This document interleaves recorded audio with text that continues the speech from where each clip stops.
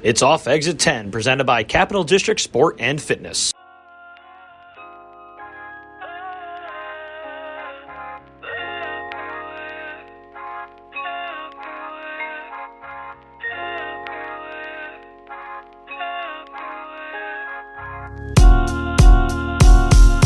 I feel like at least me, like my first drink was what I would see my dad drink.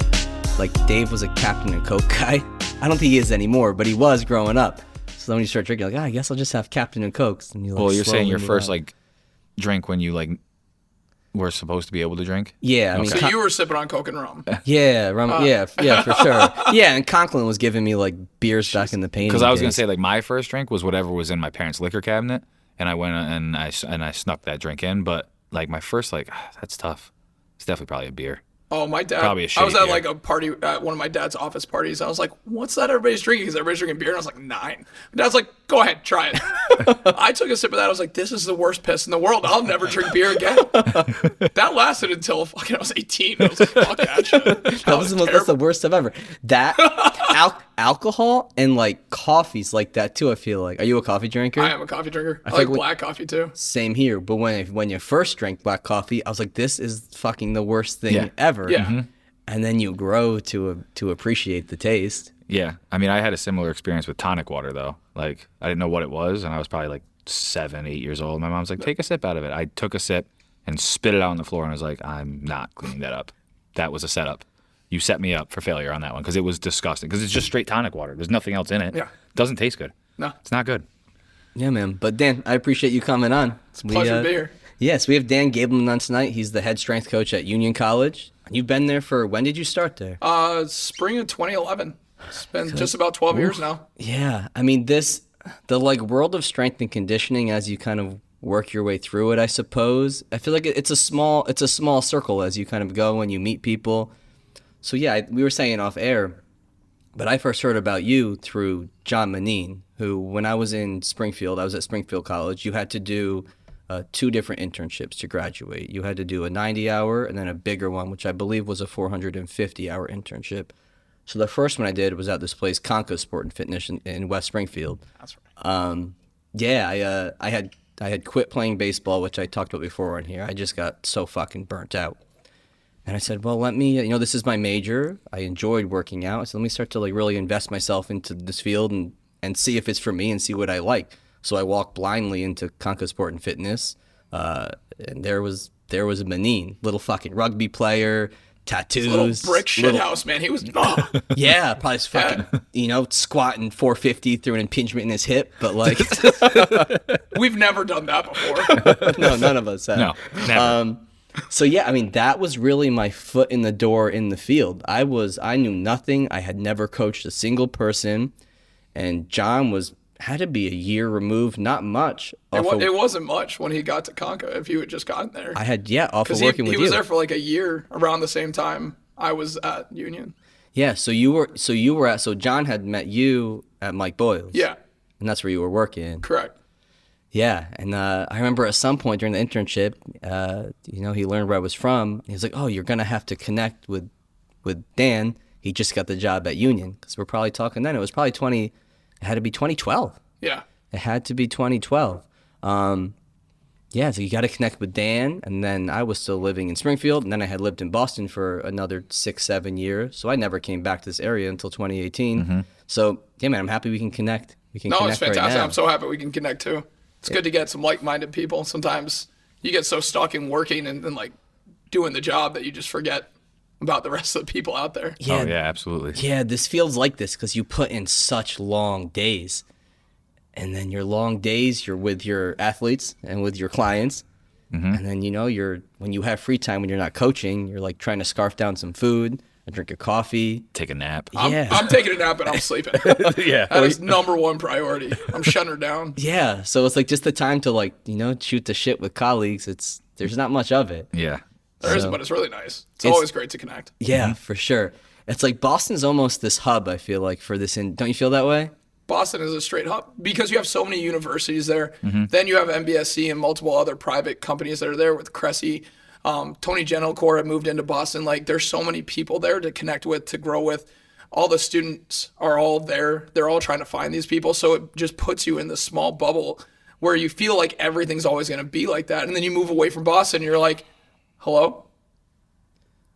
Oh, no, just me? Okay, cool. Yeah, you know what? That's well said. Yeah. Because I've said before on here that I had such this network when I was in Boston of other coaches, PTs, doctors, chiros, like you name it. And then I moved back here in 2017 to open up this. And yeah, you're right. You're like, hello, where is everyone? Who's out there? Who's out there that's of decent quality? Yeah. Yep. That's a big piece. But yeah, Boston is because of the universities. But yeah, and because of all the facilities. Yeah, because it all draws interns. So even if you're not in school and you decide to intern, you can still intern at BU. You can still intern at Northeastern or at Cressy or at MBSC, any of these places. And now there's places in the South Shore and North Shore. All of these places are all now taking people in who are all connected to these. And it's like, okay, well, while you're here, like I know at some point, even when I was at MBSC, they're like, hey, maybe we'll start doing an intern like externship where it's like, okay, well, you'll go to Cressy's for a week and then come back and they'll send one of their, we were talking about it, and like people were doing that anyway. I'll just go visit Cressy's for a week and do the internship and come back. And you get this cross-pollination, but then you start learning and able to apply and adapt everything that you're learning from each person. And it creates this really unique, like you said, bubble of people who have great ideas and unique perspectives that you're just not going to get in another place. Because like at Union, I'm going and I get a chance to do continuing education, but I've got 500 to 600 student athletes. Mm-hmm. I've got a system and we're going to run that system. If I can add something new, I will. But like right. We're going to go and make sure it works first. Yeah, because so did you go right from working at Mike Boyle's to Union? Was that your next step? Yeah, that was my next step. How much of what you learned there in those systems were you like, okay, let me figure out how I can implement this at Union? 100%. Yeah, that's a big piece. We were talking, that's like Cressy's in here, you know, just to watch somebody observe not only like the systems in their business, but how they operate on the day-to-day, how they're talking with clients, how they're just conducting their business on like the back end is so valuable. And it's your strengths and weaknesses. Like I got to work with Mike and the BU hockey team. Like that's where my internship was.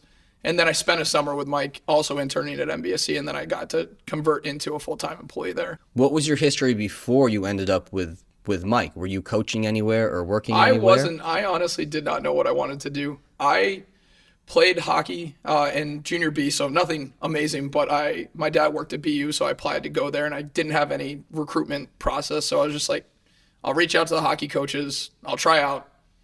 They're by far better than anything I'll ever be.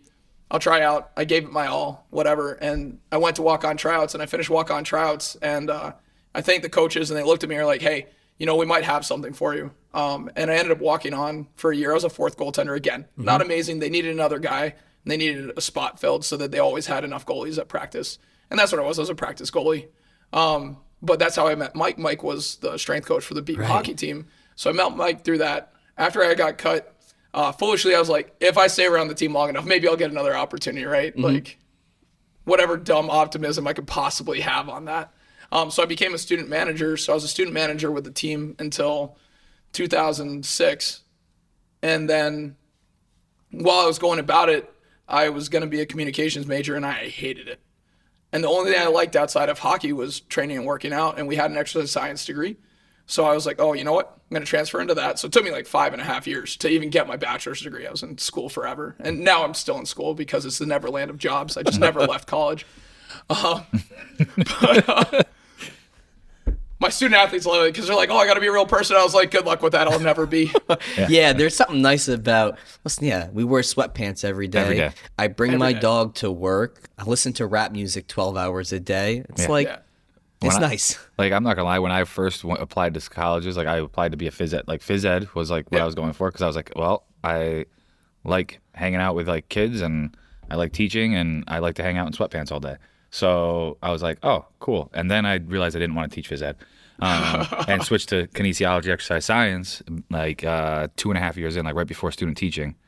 And then I realized, like, after I graduated, I was working out and I wanted to help people with that. And I was like, well, I can still do all the same things, just in a different way, and still wear sweatpants to work and or whatever, shorts to work, and be comfortable and not feel like I have to wear a suit, and I can be myself and show my personality. So it's like, it's a great thing about this field, Oh, absolutely. And you're a constant student. Like you were talking about, like, observing when you were, at MBSC and everything, and same with like Mike, with like Cressy and all that. It's like when I'm here with Mike or Dan and I, see them coaching somebody, like I might pick something up from them. Or when I was in New York City, it was the same thing with trainers in New York Sports Club. Like there was a guy who was there for 10 years before I got there, and he was the guy that everybody wanted to train with. I was like, well, he's doing something right. Everybody wants to train with him. He's doing something right. Yeah. Like, either that or he was doing something shady, but he's a good friend of mine, so I know he was doing something right. But yeah, getting in as a young coach, getting into like an internship at a place that has good systems in place and good people and good coaches, I think is huge. It's definitely huge. I think it's so important. Honestly, it's amazing, but I'll tell you that I was dumb. Like, because I'd walked on at BU, I knew Mike, and I knew Mike as a strength coach with the BU hockey team. Right. When I realized that I needed an internship, I was like, hey, Mike, can I do this? He was like, yeah. That was the end. Like, everyone else he talked to, like, oh, I had to apply, I did this. Just walked up to him, I was like, hey, can I intern with the hockey team? He's like, sure. I didn't know who Mike Boyle was. I knew nothing. Right. And honestly, naive. you were talking Yeah. about careers. Like, I had two options because BU also had a human movement, which was phys ed, and the other one was exercise science, and you could do either one. And I looked at it, I was like, well, this is harder, but then it sets me up for physical therapy, physician's assistant, nursing school. So, like, I can use this for more modalities. I was like, That so was I why don't I really switched. know. Yeah, so I don't really know what I want to do, but this sets me up for more than just PE. Yeah, that was exactly why I switched to kinesiology. The exercise science undergrad is definitely, if you're getting into it, you need to at some point become self-driven and find your direction, because it's not like you have an accounting degree or a teaching degree. where it's like, well, you're going to go through school and then here is your path and here is your job market. Yeah. Like when I switched, part of the reason why I switched was because it still gave me the option. If I wanted to be a PE teacher, I could. But then it was like, oh, you have this list of other things on this side. Oh, and then there's this list of this. And I was like, whoa, there's way more opportunity. What am I doing? Let's switch to this. I remember after my undergrad, so yeah, back to Manine. But Manine was incredible because I was that dumb blank slate. I had just quit baseball. I'm a busy body. I needed to do something with my time. So it was only a 90-hour internship, but I went in and said, like, I'll go full time. Like, teach me. I want to see what this field's about. And really, that was just the luck that I went there, and it was Manine because he was fresh off of working with you. And he really, I'm figuring he based his curriculum off of the curriculum that he had just done with you. Yeah. Building relationships, communication with clients, coaching cues, body language. Like, that's all stuff we did before we even went over programming and coaching exercises. So yeah, I was just lucky to step into that. Yeah, and I feel the same way. Like, I just walked into Mike and I was like, hey, can I have an internship? And it's like, I had no idea. And I was just very fortunate to fall into this amazing small bubble of great strength coaches and great community and networking that I had no idea about. I was just like, oh, I kind of think I might want to do this. Right, yeah. and that was exactly me with Kanka and with Manine. And for people, we have a wide array of listeners, but if you're not in the strength and conditioning field, it's like Mike Boyle, strength and conditioning. Mike went to Springfield, and he's kind of in the private sector, right? In this field, we have you have the collegiate sector, you have the professional sector, you have the private sector, you have the commercial gym setting. But the private sector, Boyle was really a pioneer. I feel like the first person to, in the early internet days, like put out your ideas of blending physical therapy concepts with strength and conditioning concepts. This field, you really had like Arnold and the bodybuilders, right, come in the 70s and popularize weightlifting. Yeah.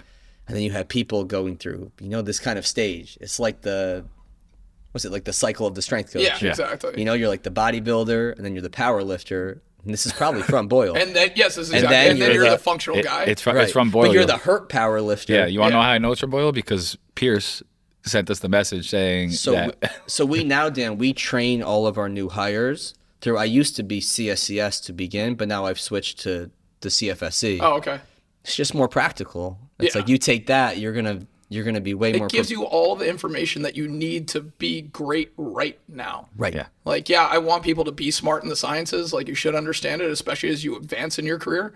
But like, you want to be great right now. The CFFC is money. Yeah. Yeah. Like, it's going to teach you everything you need: lateral work, lateralizations, regressions, progressions, everything you need, how to do it, and then they make sure that you can demo it so you can bring it to people appropriately. Right. Like, it's amazing. This it's a certified functional strength coach. So Mike Boyle, popular, was the first guy to be vocal about blending physical therapy concepts with strength training concepts. You go from the bodybuilder, Arnold, fucking Lou Ferrigno, pumping weights in the basement with his dad, to power lifters, and then you really stay in, like, if you're going to strength train, you're either bodybuilding or you're powerlifting. Like, that's kind of what people would view it as.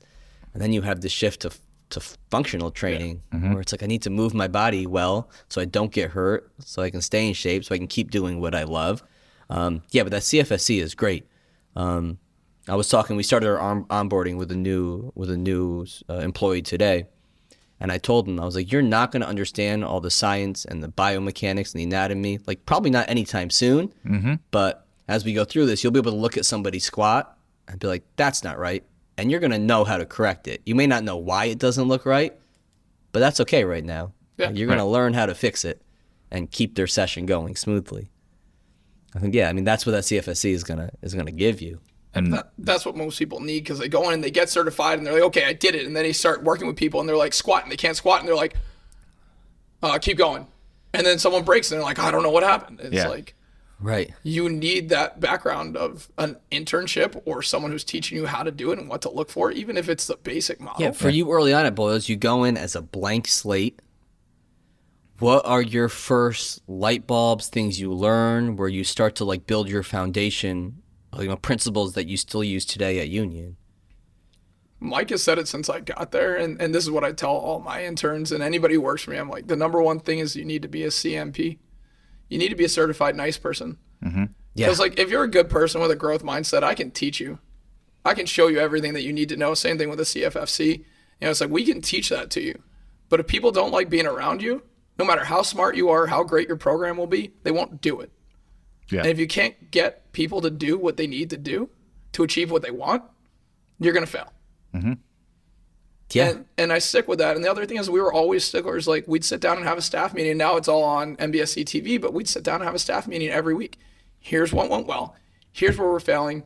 Here's how we're going to get better. Here's what needs to be coached better. Sometimes we'll just make a shift. And that was such a great thing to see as a young coach. It's like, hey, we wrote this program. We're on week 2. We said this didn't work. We're changing it now. We're not waiting. And I've done that in session. I've been like, you know what? Don't like this exercise. Thought I would. We're just done now. And the kids are like, oh, what do you mean? I'm like, I thought it would work away. It's not. And it's an exercise. So I don't care. We're just going to stop now. And I'm going to learn better. But we're not going to keep using it because it's not working. Having that humble, egoless drive where it's just like, this is what works. And when it doesn't, I can change it now. that's one thing. And I'll admit that I'm wrong. Yeah, that's one thing for me. My path in this industry was very different. Like, I started out as, like, a trainer at a retro fitness.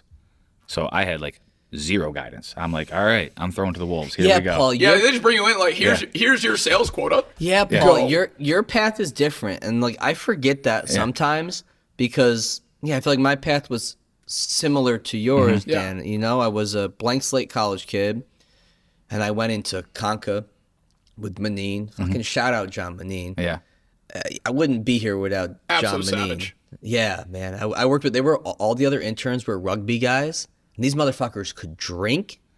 And rugby guys are built different. And they would come in every week, broken rib, broken species. nose, broken fucking collarbone. Yeah, they're like fucking hockey players. And they would just work. They just have a smile on their face. They're like, let's get to work, as their noses shifted across their face. And then me, right? I can't finish 2 beers without a stomach ache. I'm going to, Manine's house or this kid Jared's fucking townhouse. And these rugby guys are fucking drinking.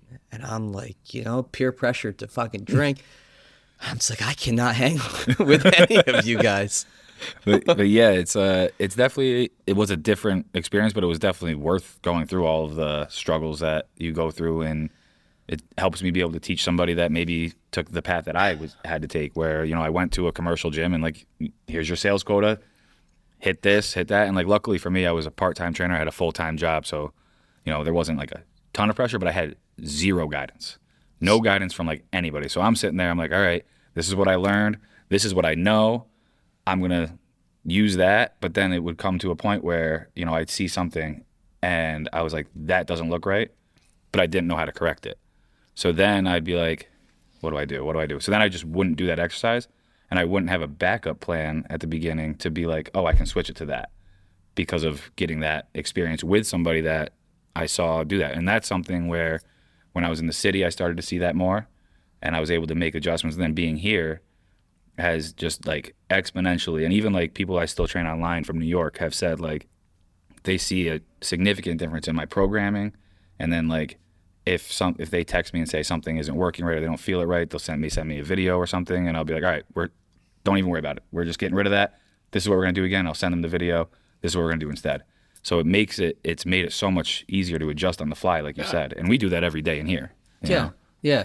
Did you work commercial gym ever or no? I did. So there was an interim where I finished the internship, and they weren't hiring at MBSC at that moment in time. So I need to get a job. I worked at the Sports Club LA, which is now Equinox. Okay. They took them over.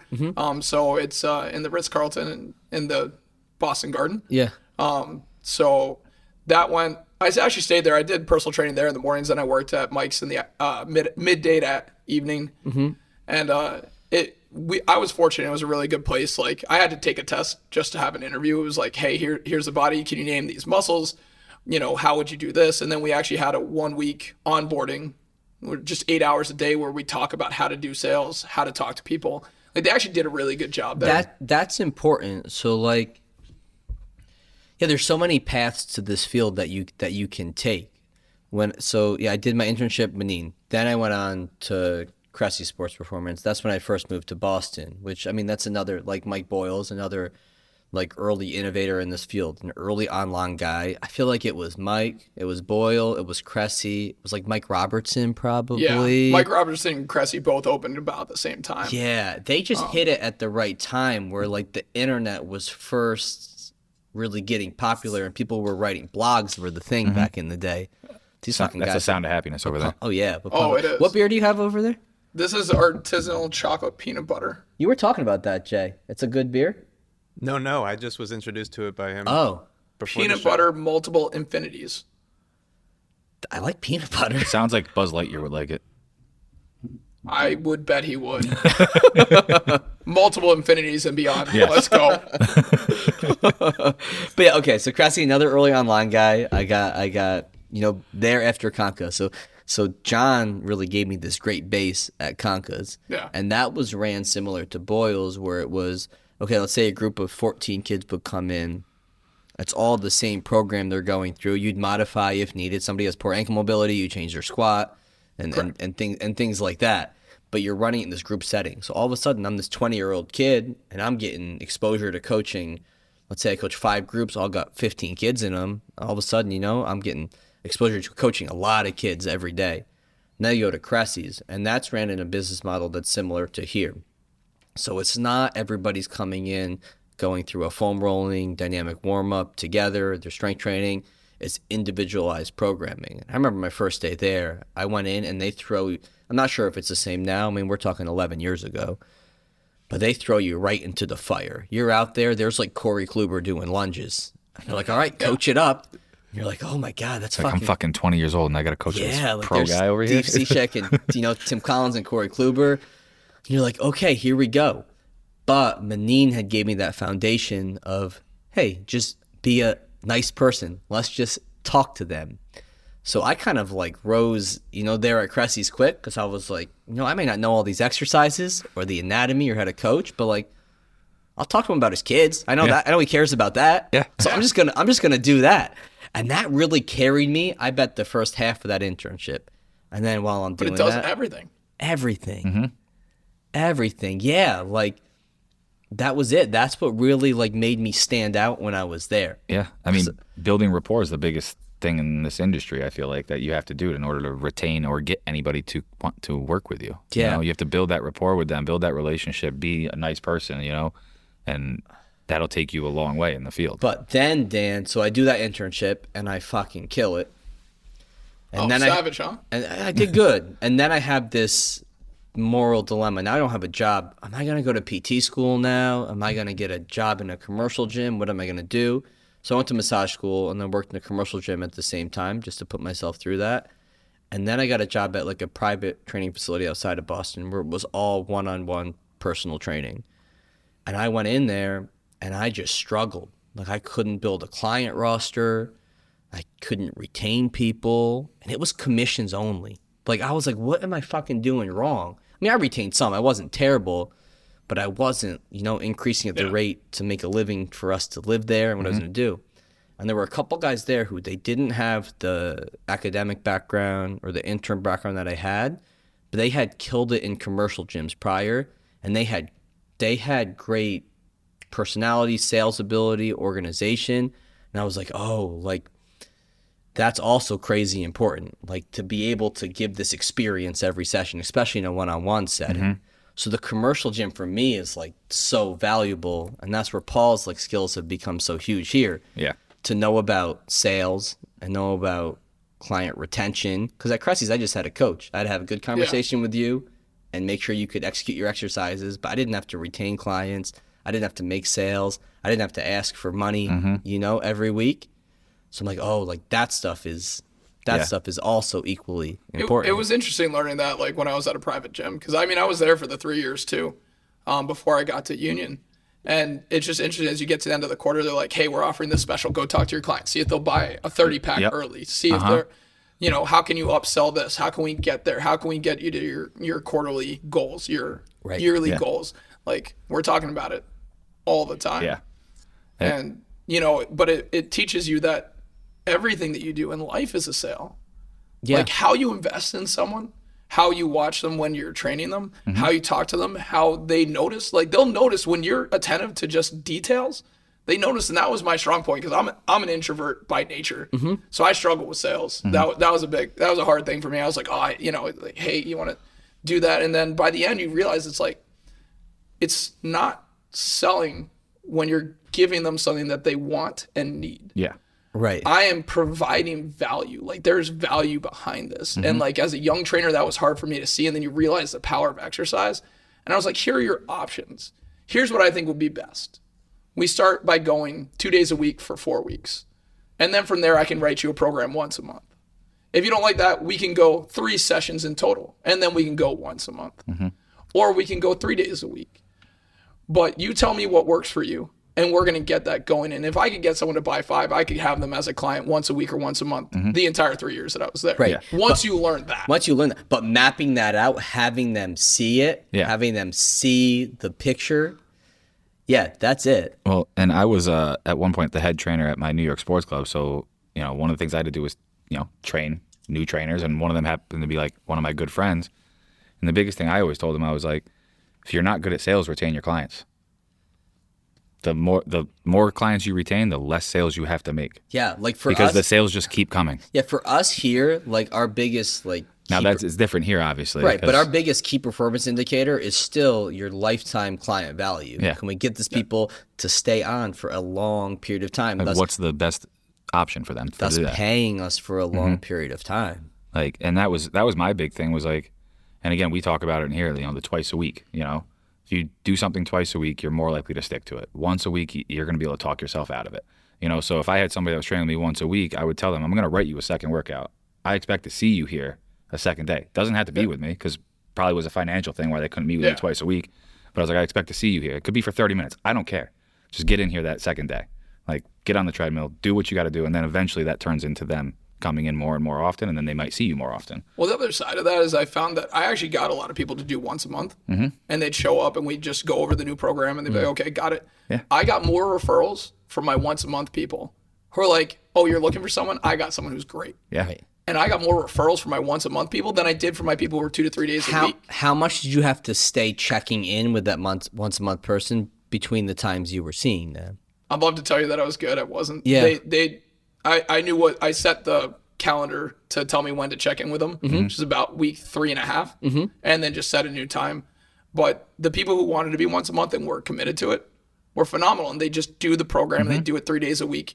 And then anyone who saw them doing it, they're like, wow, that's really organized. That's, hey, what are you doing? Where did you get that? Yeah. And they're like, oh yeah, you just go see him. Like you want training? We got the guy for you. Well, and that's cool too, because it also gives, like that person is working with you, but they're not working always one-on-one with you. So it gives somebody else that may be intimidated to do the one-on-one another option. Correct. Right. Because like the amount of people I had, like I remember I had a girl come in and she literally told me before our first, like we called it fitness orientation, but basically strategy session.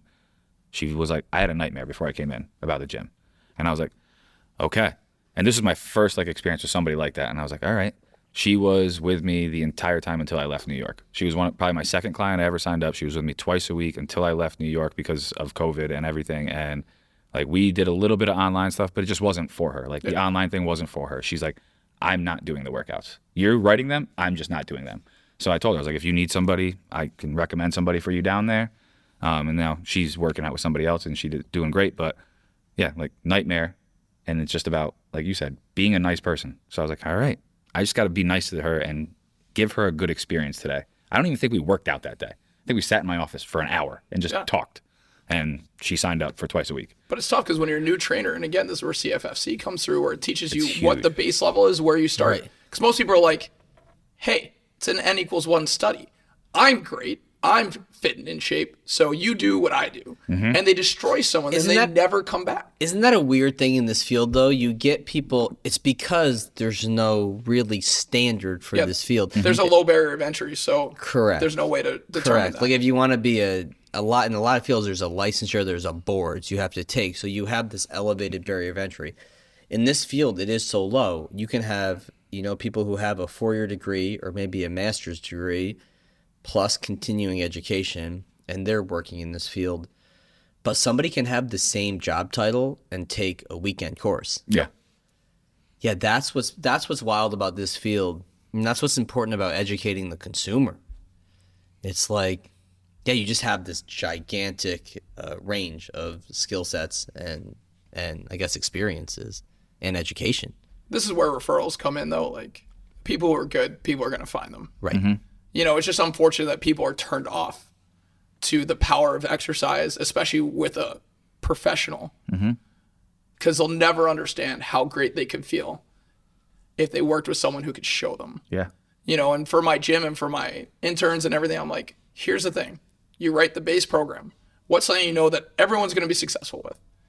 And then from there, it's a meritocracy. But if I start with something simple that someone's like, oh, this is easy. I was like, oh, really? This is easy, you savage. Let me make it harder for you. You're going to be amazing now. I'm going to make it much harder because you're amazing. And they're like, yeah, I am.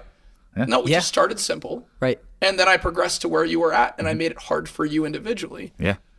But when it's a meritocracy and then you give them some success, like people feed off of success. It's a dopamine hit. Yeah. Like it's a really simple communication point. But it's such an effective way to get people to buy into what you're doing, to know that you're watching them, and then to get them individually where they need to go. Even for me, like in a group of 50, I can do that. And it's like, yeah, it's a meritocracy. So my freshmen coming in, if you've worked out, let's say they worked out with you for 3 years and they come in, I'm like, hey, you're starting here. Right. Tell me it's easy and tell me and then show me. Right, and show me. If you are in a good spot, I'm going to move you right up. I'm going to progress you as soon as you show me. That's all you got to do. But if you're there, we're moving you. I will match where you're at. Right. Yeah. Well, you're right. Like, okay, so I start somebody. If you start somebody with a back squat, you may have them fail. They don't get that dopamine hit. They don't feel confident. They've lost trust in you. They don't enjoy the experience. Yeah. I start them with a goblet squat. They feel good. Yeah. They crush it. And you say, you fucking killed it. Let's front squat now. Mm-hmm. Yeah. Yeah. Well, and like I can think of like off the top of my head, my one client, I started with like the simplest things, but he had never worked out before. I was like, well, this is what we're going to do. And like, to me, I was like, God, this is fucking boring. But then it's like, he's making progress. He's having fun. He's enjoying it. And now he's a trainer 4 years later or 3 years later. Amazing. That's like, cool. Now he's a trainer down in New York. And it's like, I know that was a big thing, and like I still check in with him and like help him with things if he needs help with programming or anything. I'm always an ear for him, but it's like I started him literally with like goblet squat to box, like some sort of like incline push up, like a lot of the stuff that we do in here, and I didn't even realize it until I like was here, and I was like, wow, this is what I did with this guy, and it was this is why it worked. And, but even with different backgrounds, like we're all talking about the same exercise in the same place that we start. Mm-hmm.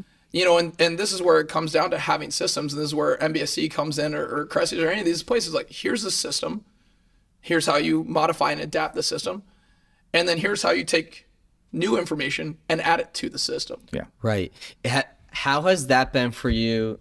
Here, Paul, pour me up. Which one are we doing here? The Do me a buffalo trace. buff trace? Yeah, give me a little buff trace, please. How have you been with continuing education over the years and then implementing that? Because when I was younger, I still struggled. Like, a little bit Mas, please. Thank you, Paul. I like how you said Mas at Cinco de Mayo. That was a good play right there. Thank you, Paul. Because I do Cressies. I start working in the field. I'm kind of finding my footing. I'm finding myself. I'm creating my own system through my experiences in the past, and then what I'm doing working with clients. And then I take an FRC course or a PRI course, and you go, oh fuck, I feel like you can't overhaul everything, but I feel like I struggled changing too much early on. Most people do. The problem with most certifications is like there's a BOSU certification, there's a TRX certification. I swear, there is. Yeah, there is. You're right. There's a certification for Kettlebell everything, and then certifications, they're everything. going to tell you that you don't need anything else anymore. Let me tell you that you can do everything Yeah, like with the BOSU ball, and I'm like, this is not possible. PRI fucked me up early on. You ever take one of their courses? I had a couple people come in and talk at when I was at MBSC. I had someone come and talk to us at Union who was well known, and I didn't buy into it. I think that there's a lot of similar concepts. Like when they say people are stuck in left AIC, I'm like, yeah, a lot of our athletes are an extension. So some of them, I just need to train the other side to give them some stability. Yeah. Versus being like, okay, well now I need you on your back with 1 foot up, Dude. 1 foot down, internally rotated, and then with a balloon in your mouth. I'm gonna have you pull that up, and then you're gonna stand up and do right side external rotation, and then we're gonna go back and blow up a balloon and do it again. And if you can't do that right, that's all you're doing for an hour. So Jordan and Paul shouldn't know how fucking crazy what Dan just said is, because I don't even go that deep in PRI. I don't even use the word PRI here, go into those concepts. And Jordy's like, what the fuck did he just say?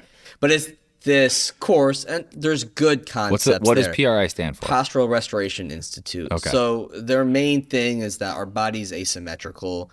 Our attachments of our diaphragm, they're different on the left side of your spine than the right. The education is actually phenomenal. It's phenomenal. I would have to agree with everything they say. I agree. But the thing that we over exaggerate is that it's a rehab model. Correct. That was then instituted and adopted by a lot of strength coaches, which we also don't hear about it much. Like when it was high, people were like, I can't believe you're not doing it. I'm like, I'm not seeing the point of doing this. And it was high. It was like I get it, but so yeah, they say the body, you got your liver on the left side, you're asymmetrical, and that pulls you into this. the diaphragm is different. The heart's on one side. Like we are. Right. If you are a baseball player, you're inherently asymmetrical. I'm not trying to fix that. It's the most asymmetrical sport. Correct. We're not going to fix it.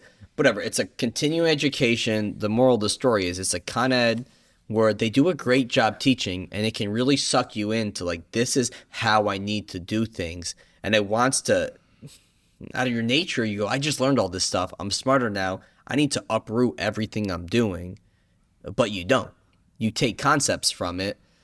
And so where we were going with that is it's like, you know what?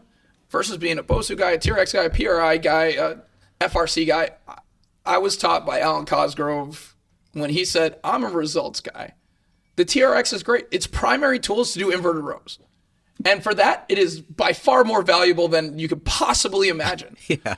But no, I don't need to do everything with it. I don't need to do a rear foot elevated split squat with it. I don't need to do feet elevated push-ups with it and fallouts with it. I have better tools for that. Yes. And same with kettlebells and same with everything else. And some of the PRI stuff is phenomenal. So if you're using it, like, yeah, make it effective, but it's still a warm-up. And for me, I'm really influenced by Charlie Weingroff.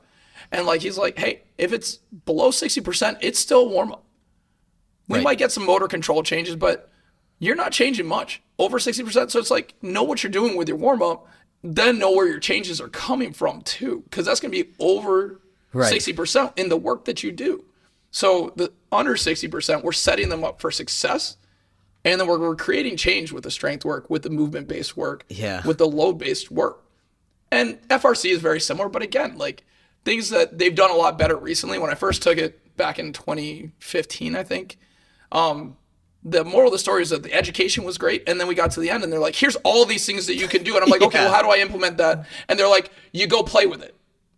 And I was like, excuse me? Yeah. And Oh, like, yeah, you just got to go try it. I'm like, That's like gym class where they just roll the ball out and go, hey, go play. yeah, that's well said though. It was like that. At least when I took it in like 2014, probably. yeah. So And I you're was right. just like, okay, but now they've set it up. Okay, well, here's our evaluation. Here's our set. And now it's becoming much like functional movement systems. Okay, here's our evaluation. Here's our setup. Here's our correctives.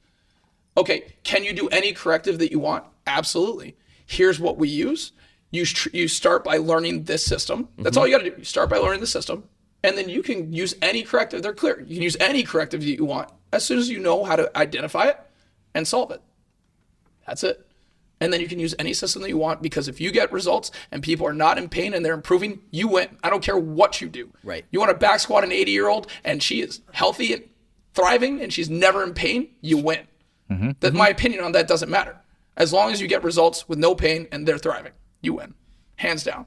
You can do that with 1,000 systems. Yeah. Yeah. So agreed. how do you implement it? You learn it. You start with yourself. You say, okay, if I was going to do this with my athletes, let me write my own program. Let me try it for a month to 3 months. Let me sift out what works, what doesn't. If I like it, where are places that people are going to get this wrong? Okay, I feel it. I know how to fix it now. Okay, now I'm going to try 1 or 2 things in my client's program, in my athlete's program, once you have it down. Every once in a while, you're going to be presented with some information that you're just going to implement immediately.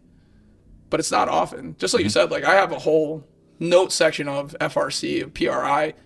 Didn't implement much. The education side of it, I review it because the eccentric work and how we move in these patterns are vitally important. But it didn't change a ton because it was overly complicated, and that's not worth the time because I'm going to get stuff from the 60% effort side. Right. Right. Well, and you got to, a lot of times in this field, it's, less is more, keep it simple, stupid type things. Like you don't, and we all probably catch ourselves doing it, giving too many cues to somebody where you're like, shit. And like, I'll literally look at somebody and be like, everything I just said, But I didn't say it. You know what you said though? Creating the experiments and you get those dopamine hits because you've done something well and you have the reward, trigger from that in your brain. Yeah, you're right. Because if I'm cueing you a lot and you're not getting it, like you're getting the opposite effect. Yeah. How much have you over the years? I know one thing I've changed over the years is when I first started, I thought I had to cue everybody out of everything. If your squat looked bad, I'm going to sit there and cue you. What do I have in my toolbox of cues until you get it right? Where now I may use like different constraints. Like now I may try to say, okay, push your heels through the floor. And they still are leaning forward too much. Their weight's not through their heels as much as they want. And now instead of saying it a second time, I'll be like, let me just toss a wedge under there or some plates and elevate it. Is that something you had to learn over the years? Like, I'm just use constraints instead of making you feel bad. I was fortunate to start with Mike, so it was just like, you don't over cue. And, we ran into a situation today with my women's hockey team because the girls know my stance really well. And one of the girls was struggling with kettlebell swings. And I was helping someone with cleans as well. And I was over cleans. I had one girl come in and be like, hey, can you come help this? How many kids on average are you working with during a session? On average, minimum 28. Okay. Some teams are a little bit smaller, so sometimes I've worked with volleyball, and I put volleyball and golf together because 2 small teams. But most often it's somewhere between 28 to 60. And it's you and an assistant, or sometimes just you? I'll run all the systems by myself. Right. If I have an assistant, the assistant is there to take time away from me. So I'll coach them, teach them, and once they know the system, I'm going to put them at a time that I can go home. Then you're in. Yes. I call it tiger mode. Do you ever study tigers at all? Do you have any idea? No, they're fucking sweet animals. Tell me about They tigers. The key with them is that it's like, do you know how many hours a day that they sleep? No. 22 to 23. No shit. Do you know how many hours they hunt? The rest. The rest. So for me, like when people are like, how do you do it? I'm like, it's tiger mode. You know what I'm going to do? I'm going to get up and I'm going to attack the day. And then as soon as it's done, I'm going back to bed. So I'll drive right back home and take a nap. I'm like, and then I'm going to wake up and I'm going to hunt. And my kids are going to get better. And that's just the way it's going to be. And that's how it goes. So like for me, I was talking about it earlier, but I'm like, hey, I value sleep. Yeah. Because if I'm not hunting, I'm sleeping. It's that simple. Tiger mode. I like it. Paul. I'm always in tiger mode. Fuck, Dan. I love it. Yeah, I like that. This episode of Off Exit 10 is brought to you by Drink Alchemy. Fatigue and brain fog affect us all, destroying everything we pursue. Whether as an athlete, artist, creator, or entrepreneur, our mind holds the key to performing optimally. By combining the most potent organic nootropics found in nature, Drink Alchemy delivers sustainable boost to creativity, memory, energy, and focus in one epic beverage. Stop pumping your body full of excessive amounts of caffeine and unknown proprietary blends blends from other energy drinks, and get clean energy from Drink Alchemy's natural nootropics like lion's mane, L-theanine, and caffeine from green tea. Used by Olympians, D1 athletes, MMA fighters, and entrepreneurs, Drink Alchemy has become a huge part of my daily routine, making sure I'm functioning optimally during long days of coaching athletes, running CDSF, and getting in quality workouts myself. So do yourself a favor and ditch the energy drinks loaded with caffeine, other stimulants, and who knows what else, and head over to drinkalchemy.com today. Live with your mind unbound and save 10% off your order by using code CDSF at checkout. That's drinkalchemy.com, promo code CDSF for 10% off your order today. Yeah. So, okay, you're coaching, you have a girl doing cleans, you got a girl going kettlebell swings. I walk over, and my girls they know what I want. And my girls are great to the point that they realize that she's struggling, and you had 4 girls trying to coach her.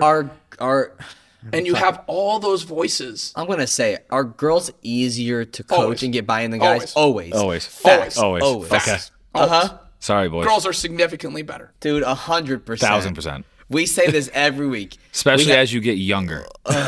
Fuck, man. Okay, cool. I'm glad you feel the same way. We 100% feel the same. 100%. Yeah. Fill the gym with fucking females, and my day is way easier than... Yeah. I might have to put on some Taylor Swift, but I can get Sure, by. I'll I do can get that. by with that.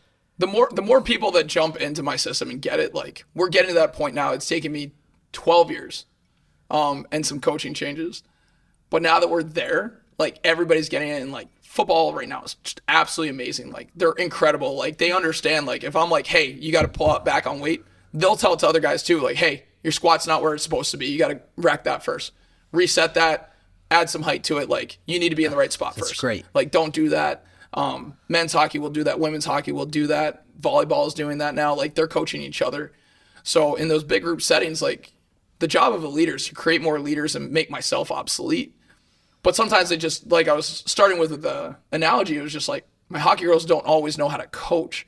So we had 4 girls talking to one person. And again, like you guys were saying, it's like if I cue and then I cue and then I cue and this person's not getting it, like you'd see her eyes rolling in the back of her head and she's got 4 of her teammates trying to tell her what to do. And I pulled her over because someone taught her the American kettlebell swing. And she is just struggling to get out of it. The American swing is when you come up higher, Yeah, it's right? a deep squat and then overhead. It's silly. Yes. Okay, yeah. I believe it is. Yeah, me too. Nobody's explained to me in an effective way why that would be better than the Russian style or the hip hinge model. Yep. If someone can explain it to me, I will change. If you can explain to me why it's better, I'll change. Just show me why it's better. I'm cool. But I have not found that or seen that yet. I think the hip hinge is by far more important. I think it's more of a horizontal plane. This could be our sprint pattern. Here's an easy way to get what has been shown to be equal power outputs to, say, a hang clean with no shoulder compression, no wrist compression, especially for when we're in season. Right. I try to shift most of my teams to kettlebell swings. It's so easy to get a high load, massive amounts of power output, and not compromise the joints. We're there. And then out of season, we're like, yeah, we're getting back to cleans. We're getting back to snatches. We're getting back to split snatches. We're going to do what it takes. But it's just, it's amazing when you watch people try to coach each other, but how hard it can be if you try to use a cue and you try to over cue because it wears someone down real quick. Yeah. Well, and I'm always going to speak in a manner that's going to give people success. Like, okay, there's 7 things I see wrong, but one of the things I mentioned they did right. Hey, you know what? You did this great. Now do this. Give me this one other thing. And then I'm just going to build from there. I don't need to hammer the 7 things. And that's what the girls needed is like, hey, just drop your chest a little bit more so we get more into that RDL. That's all she needed. But they were like, pick it up like this and do this. And they were just God honest trying to help. But they've never coached. And it's hard to have 4 people telling you what to do. Oh, yeah. Getting 70 different cues. Yeah, it's an I mean, overwhelming moment. If you're on the field, it's the same thing, you know. But the thing that I like how you go about that is like with them trying to do that, or like you said, the football guy saying like, no, do this, you need to drop the weight, do this, X, Y, and Z is like, that's going to build team rapport. It's going to be team chemistry, which means that the teams are then therefore going to be more successful because they trust each other. Yeah. So you're building trust in the weight room, which is then going to translate to the field, which is then going to help their head coach and their assistant coaches and their position coaches be able to get the most out of them. Because now when they're on the field, they may see somebody mess up, and then they'll be like, no, dude, you can't be doing that. Like, and now they're going to hold that person accountable. And amazingly, this all comes back to where we started. Being a certified nice person comes from communication. Can we teach effective communication not to take a sensitive defensive side of it. Right. Like, you're going to be on the field together, and we coaches are on the side. So either you're going to tell each other, hey, I need you to pick it up, and this is what I need you to do. You got to be constructive with it. You can't just say, hey, I need you better. If you knew the system and they made a mistake, hey, I need this from you right now. And they'll be like, yeah, I got it. Because they've seen it in the weight room, just like you were saying. Like, they've seen it. And I try to teach them that because I'm like, you can't just say, I'm like, hey, how do we do on that sprint? They're like, good. I'm like, that's not a good enough answer. If it was only good, we're not great. Is not great good enough? No. Yeah. Then what do we need to do better? They're like, oh, well, you know what? Guys weren't pushing off on the front when they were false stepping. Okay. Guys, load up the front leg and drive. That's how we fix this. Right. And then they start using that language where it's like, yeah, this is how you do it. Being a certified nice person, which Boyle first taught you. Can we make a certification for that? It's called nice Reading How to Win Friends and Influence People. That's fair. I've read it 4 times. Great. Dale Carnegie. I absolutely needed this. Dale Carnegie is the author. Yeah. Great fucking book. That should be on whatever field you're in, that should be on your list. But okay, so it comes from maybe you read a book, it talks about how you can act and have a mindset to have you be a certified nice person. Somebody tells you like Boyle, somebody tells you like Manine. But how much does your upbringing and your history matter? Because to me, when I realized that that's an important piece, I felt like I already had qualities that made me like that. Like my mom is one of the most empathetic, kind people that I know. I grew up around her. I grew up around my grandmother, and both of them have those traits. And I go, oh, part of this is me because this is how I grew up. This is who I grew up around. It's definitely relatable. Yeah. Yeah. I mean, that's definitely something I think that to me personally like comes into effect. But I think you can also somebody that maybe doesn't have that role model. Can you teach that teach it fully? That's my question. Empathy, kindness, compassion, listening, or are those somewhere deep down we possess it because of our childhood and our parents or not? It's a deep question. I think it's a learned trait, and I think it can be learned. Yeah. But some people don't have that capacity to see the other side. Well, you said something earlier about like when you have an intern or something and the growth mindset and wanting to learn. How quickly do you know when you have an intern if they can hang in this field or not? How long does it take you to know that? The time that they show up and then the questions that they ask. And for me, like I wasn't a big question asker, but like there are people who come in and they're like, when they don't have questions, so I don't try to judge people based off of my own struggles, but like they come in and they're always there exactly on time or slightly early. And then they're like, hey, how can I help? Because I don't know if you've heard the quote, but it's like, anytime that there's a crisis, look for the helpers. There's always someone who's helping. And that person can come in and I'm like, hey, I need you to be a CMP. I need you to understand that this is an N=1 system. We're going to treat everyone as an individual, but use it as a group-based program. We're a team. We're going to go together. But these are the things that you can do to be successful right now. You can walk in and look at the gym. Like in my gym, like we have logos on all of our dumbbells. That U is going to be up all the time. It does not matter. Like the U is left up. So if you walk in and you see that, you can fix that. If you know that you can come in and look at the program, go set up for the team. You know, and I have one guy who comes in right now and he's just like, what do you need? And he's fairly quiet, but super intelligent. I'm curious, like he's going to continue on with his internship. So he's from Hudson Valley and they finish up. So we have him, the last day is like next Friday. He's like, can I just stay until the end of the term? I was like, yeah, I'll get you to start coaching now too. This kid is just super inquisitive, super passionate. You can just feel it like he wants to know. So, you know, people come in like that and I see where Mike went. Like for me, like I technically failed my internship with Mike. Because like, why? I didn't ask enough questions. I wasn't proactive enough. I didn't know what to do. You know, I didn't really know that strength and conditioning was what I wanted at the time. Yeah. So I didn't, you know, and since I'd only interacted with it as Mike, my coach, and then with the hockey team, I went in, anything that he asked me, I did. I was always proactive. I was like, hey, what do I do? But I didn't ask good questions. I didn't try to stay after and you know, pry his brain open. And I struggle with asking people questions. Like I'm a thought processor. Yeah, I struggle with that too, Dan. Like as an owner here and I have employees, my biggest flaw is I struggle with, I'm not gonna say communication, I feel like I've become a better communicator. I think it's just it's asking the questions and it's it's my dad he's a quiet guy. He's a grinder. He's a really hard worker, and he's gotten better at opening up and communicating and asking questions, having conversation. But he's a lead by example guy. I'm gonna wake up early. I'm gonna show up. I'm gonna get here on time. I'm gonna work my ass off, and he's not gonna tell me, you got to do the same. He's gonna just think I'm doing it, so you're gonna do it.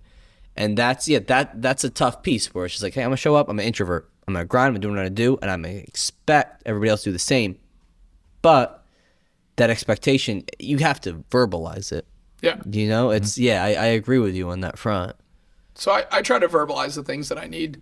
But yeah, it can be challenging because like it takes me a month after like a continuing education seminar to be like, oh, what about this? You know what I mean? Like that's when it comes, when I've implemented, I've tried it, I've seen it. This is why I like anything that's like, hey, we're going to do a lecture and then we're going to go immediately to the gym and we're going to do it. I'm like, fantastic. This is where I need to be. Let's feel that. This is what Charlie Weingraf does with like everything that he was doing. Like it was all the like rehab equals training. Yeah. It was like, hey, this is what I think. Now into the gym. Back to session. This is what I think. Get in the gym and do it. Yeah, Let me prove you right. He's great. If you're a coach listening, he's a physical therapist, right? Yes. In New York. Is he still in New York City? I believe he's in Florida now. Or in Florida, okay. He's a physical therapist and strength and conditioning coach. And right now, I believe he's running his own private business and working on a couple other things. But he used to work with, I believe, the 76ers. Yeah, I think so. It was like him and Jim Ferriss was there for a bit. Yeah. Yeah, there's so many good. It's kind of in my head. I'm still living in like, you know, the early 2010s where like it was just Cressy, Robertson, Weingroff, Cosgrove on the internet. And now it's like with fucking social media. There's a lot of bullshit out there. I'm sure there was back then, but now it's so the bullshit. It's just accessible. It's just as accessible to everybody as the good shit. Yeah. And the problem is you got the people that have the time to put the bullshit on there. They have the time. The people that don't have the time to put the good shit on there because they're fucking in here applying it to Correct. like this. Like we don't have the time.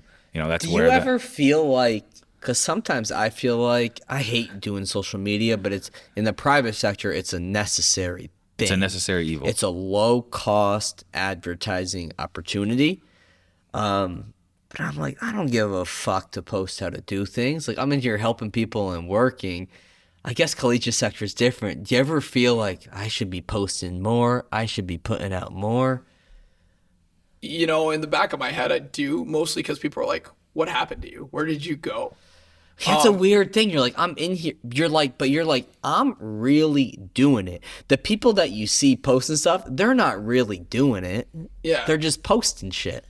Or they've been in it so long that they have so many people in places and they have the systems in places. Correct. That people are doing what they want to do, so now they have the time. Okay, but that's one. That's But one. that's one Yeah, thing. that's the the peop- experienced guy. that's who's the been experience. there. That's the Cressys like of the he's world. got time. Yeah, Who's and Mike's been doing this That's too. the and Mikes I of the love world. him. That's I the- love him on Twitter right now because he's just like, well, what about this? What do you mean about that? Like, what do you mean that everyone has to look the part? What do you mean by looking the part? Like, do you have to play the sport to be a great strength coach at it? No, you don't. I didn't know shit about lacrosse before I started working here. And he's on it. But unfortunately, part of the hiring process is that the people who are hiring value it.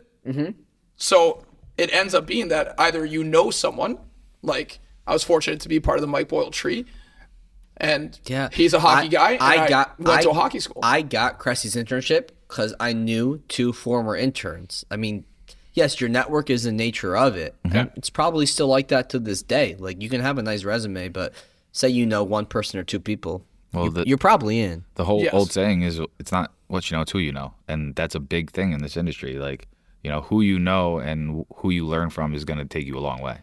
Correct. Plain and simple. Yeah. Boyle's great online with posting. My favorite follow of the year is what the fuck's her name? Is Brendan Rearick's wife. Jenny. I thought you were Jenny, going. I thought, I'm not gonna lie. I thought you were going way Fit to speak. left field with this one. Where do you think I was gonna go? What's her name from fucking TikTok? The old woman. The old woman from TikTok. That you like. Where is this going? You know who I'm talking about, right? That you used to follow. I don't know. The fucking.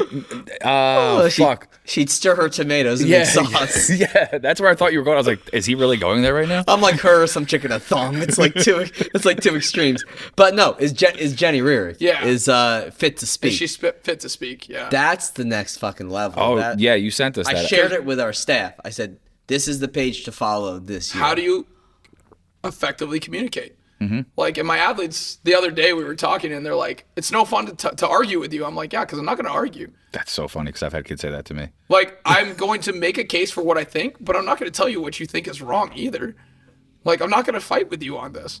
No. They're like, and I'm like, look, here's this side, here's this side. I'm going to present both cases. I was like, if there's not a clear winner, you just get to decide what's right. Like, that's your opinion, and you can hold your opinion. I'm just not going to fight you. I'm not going to tell you you're wrong about your opinion. You're allowed to believe what you believe. Yes. Yeah. Like, that's cool. Whatever. But, like, Charlie Weigroff says it, like, in the training area, I guarantee you we're A game. If you want to play the B game, good for you. You believe whatever you want, but I'm going to beat you. Yeah. Right. Plain and simple. I will. Yeah, there was a kid in here, I remember, he was like, I feel like Paul never loses an argument. And I was like, yeah, well, that's because I present both sides of it, and then I go, here you go. Yeah. What makes more sense? And they go, Yeah, exactly. You just see the kids just deflate. They're like, I just wanted to argue with you right now, and you just we're too logical. I'm like, yeah, you're right. That's just the way it's gonna be. Yeah. It's like, we're really upset about this right now. I was like, you know what? Nobody will be upset in 1 year from now. Yeah. Yeah. I was like, so you can hate this all you want and you can complain, but you know what? In a year, no one's even gonna remember. They don't care. I love But that. the whole social media thing does, I'm gonna say it doesn't bother me, but right, like I don't know. You okay over there? Yeah, okay. You're in the bathroom, you're sitting on the couch, you're scrolling through the stories, right, and you see coaches who they post their whole day. Wake up, make eggs, coach my client, write my programs, do my post. You're like, how the fuck do you have time to do all this? And like, yeah, I don't know. It's just a weird world that we live in. And then deep in my brain, I go, am I like supposed to be doing this? And I'm like, no, I don't want to be doing this. No, but when you're young, that's the thing, is that when you're young, you think this is what's supposed to happen. And this is why people burn out and make it for 2 to 3 years in the industry. And then they go because they're like, oh, I'm just going to go hard and I'm going to grind every second of every day. You get up at 4 a.m. I'm going to cold tub. I'm going to meditate. I'm going to make the right breakfast that's keto friendly and this and that. And then I'm going to do my most important work for the next hour, and then it's gonna be 6 a.m. I'm gonna train clients from 6 to 10, and then from 12 to 8, and I'm gonna do it again and again, and then I die. Right. I'm trying to get 7 hours of sleep, maybe. I'm trying to change my daughter's diaper, make sure she's okay. And then I'm trying to like talk to my wife for 5 minutes, get to work, coach my clients. I got 2 kids, man. Like I said, tiger mode. Either it's hunt or I'm sleeping. But my time is valuable. Yeah, my kids are first. How old are your kids? I have an 8-year-old and a 5-year-old. How hard, because you started in this field obviously prior to kids. Our daughter was born in February, and it's been really an immediate shift in my priorities, like just like that. Like before it was, even I'll admit it, like work was a lot of the times above the relationship with my wife. Absolutely. It's like my hours here, the business, everything here was number one. And I fucking love Sam, but she probably wasn't a close 2. And then we have our daughter, and it's like, oh, like she's number 1 and Sam's number 1, and this becomes not even a close 2. Mm-hmm. Correct. You felt that way? Oh, absolutely. It didn't even take 1 second to Dude, not even 1 second, Dan. No, not even 1 second. Like, as soon as I had my kids, it was just like, I need to go and I need to support who's now my ex-wife, but I needed to go and support her. Like, she's making sure. But like when I got to Union, I'm the first strength coach the school ever had. Yeah, I created the whole system. And you know what's incredible? Well, I love the family path we're going down. We'll talk more. But then you got in there and Union wins the national championship in hockey in 2 years. 3. 3 years? Incredible still. But yes, okay, family being the priority. But my only point is that just like you, I was like, I'm going to work. I was like, and I told her when we take this job, I'm like, it's going to take 14-hour days. Like, I need to create something that lasts. Mm-hmm. We had my kid, and it was just like, okay, you need to get me more help. Like, and I've only got part-time help right now. But I got more help. I found ways to moderate that. And honestly, since my son was born, I've missed the majority of hockey games up until the 3rd period, because if I have a choice between being able to put my kids down for bed and helping out my ex-wife, my wife at the time, my ex-wife now, and being able to go and put them down. I choose bedtime for my kids every day, any day of the week. Like, and I'm fortunate that we have a good relationship. Like, even when I don't have the kids, I'm like, hey, can I come over and do bedtime? Like, that is my favorite time of day from 2014 until now. There is nothing better than putting my kids down and reading to them and being there at that time. It is the most magical part of my day. And nothing, my job, nothing else compares to that, to those kids and that relationship that I want to have. Yeah, it's true. I never thought, Paul, you'll see me now. I'll leave in a full hour of the gym. And I never would have done that in the past. I have seen Mike be able. So, since Mike had the kid, before that, we had like a set hour. Mike was like, we were supposed to leave at this time. I'm pretty good about leaving within like 15 minutes of the time that like we're supposed to like our I'm supposed to leave at like still not 6. good at it. I'm supposed to leave at 6. I'm pretty good about like, okay, 6:15, I'm going to be out of here. I'm going to do like clean the bathrooms. I'll say my goodbyes to everybody. But I'm pretty good about like, okay, hey, Mike's over there. Go ask him the question that you're asking me. If I see Mike's busy, I'll obviously help them with that. But if I see like Mike or Dan or somebody can help them, I'll be like, hey, listen, I'm packing up for the day. Set this up over here and grab Mike and he'll come over and help you. But since Mike had the baby, I have 1,000% seen a shift. Like Mike is much better about like, okay, I got to go do X, Y, and Z. He'll come up to like me or Dan and say like, hey, I'm going to go do this, this, and this. And then I'm going to clean this and then I'm going to head out. All right, cool. That's all I need to know. I just need to know that you're not out here, so I know what I have to do. And like huge shift like for Mike in that sense. And I think the same thing will happen with Dan when his baby comes along. So it's me, it's Paul, it's Dan. 3 of us have equity in the business. But yeah, Dan's due with the kid in a couple weeks. So it's cool to see him now because I'm like, you don't fucking know what's coming. Mike's like, you got no fucking clue. It's amazing because people are like, let me tell you, like, get this rest. You're like, yeah, I'll get rest. Don't worry, I'm good. Like, I'm good. We're good. It'll be fine. And like, my kids were not sleepers. Like, people are like, oh yeah, my kids started getting it after like a week or 2. Not my kids. Like, we sleep trained our kids because at 4 months they were still up every 1 to 3 hours. Oh damn, that's every tough, night. bro. And I was like, we hit 4 months and they were like, hey, have you thought about the sleep training? We're like, yes. Or is it time? Is this okay? Is this pediatrically okay? Let me be basic bitch right now. Shout out to Taking Cara, Cara. I'm guessing this girl's name is Cara. Taking Care of Babies. That's the sleep course we did. And fucking money, bro. Yeah, Mike, I'm not going to lie. Mike, when like some of the moms in here will ask Mike like, oh, how's it going? How are you guys sleeping? Mike's like, oh, dude, I get like 5, 6, sometimes 7 hours. Like, really? And they're like, yeah, we got her on a good routine. Yeah, at Taking Care of Babies, man. Oh, we got a sleep training thing. And like, once at 4 months, they're like, you can do it. They're like, you're up. And like, the whole method is like, the mom has too many pheromones, so the dad's got to do it. And like, my son was like tough. It was like, you got to do this, this, and this. And then if they don't fall asleep within an hour, you got to discontinue it because something's wrong. And he would go up to the hour for the first night all the way through the night. And I was like, oh, God, I got to discontinue. Oh, no, he went to sleep. And then he'd get up like 30 minutes later and do it again and then do it again. But he'd do it up until the hour and it would never like breach that point. My daughter made it 10 minutes. Ugh. Like my son took a night and a half. My daughter was like, I don't like this. I don't like this. And I was like, here's your pacifier. She's like, you know what? Screw this. I'm out. And she just slept through the night. From there on out, she just slept through the night. She's like, I'm good. I don't. Yeah, she was totally chill, and it was over. But funny. Like from 4 months on, both my kids have slept through the night. Outside of like, oh, I had a nightmare. Oh, I need a cup of water. Well, and I remember leading up to both of them like having their baby and everything, and I kept saying, I'm like, dude, it's gonna be a change. It's gonna be a change. I'm like, I don't have a kid. And like part of, I'm single, but also like, I know when that day comes, it's going to be like you and Mike, like there's going to be that switch that flips because I see my mom, I see my sisters, like I'm just like them. Like that switch is going to flip. Oh, it's wild because I didn't even, like, I never thought I really wanted to. Like, I was like, oh, I want to be a dad. But like my ex was like, oh, it's time. I think I was 31 and she was 29 and she was like, oh, it's time. And I was like, yeah, if she doesn't make me, I'm just never going to. I'm just going to keep working. Yeah. Like, I'll just work 14 hours a day. Yeah. I'm totally happy with that. I felt the same way, Dan. And then she's like, okay, let's do this. And, like, it was completely the right choice. Yeah. I was like, but I needed someone else to remind me of that. But, like, like, kids have been – there's nothing better than I do than be a dad. Like, Well, I thought I was a good coach, and I was like, I am a significantly better father than anything else. Like, even in a divorce situation, like, there's nothing better. And, like, we prioritize the kids, and we put them first, and, you know, we deal with our stuff on our own. We don't put that in front of the kids, and it's just, everything's about the kids, and the kids are happy. Yeah. Like, the transition was simple because we were, like, the kids first. We worked with a family therapist just to make sure that the kids were first. Yeah. This is how we're going to keep them happy, and then we'll deal.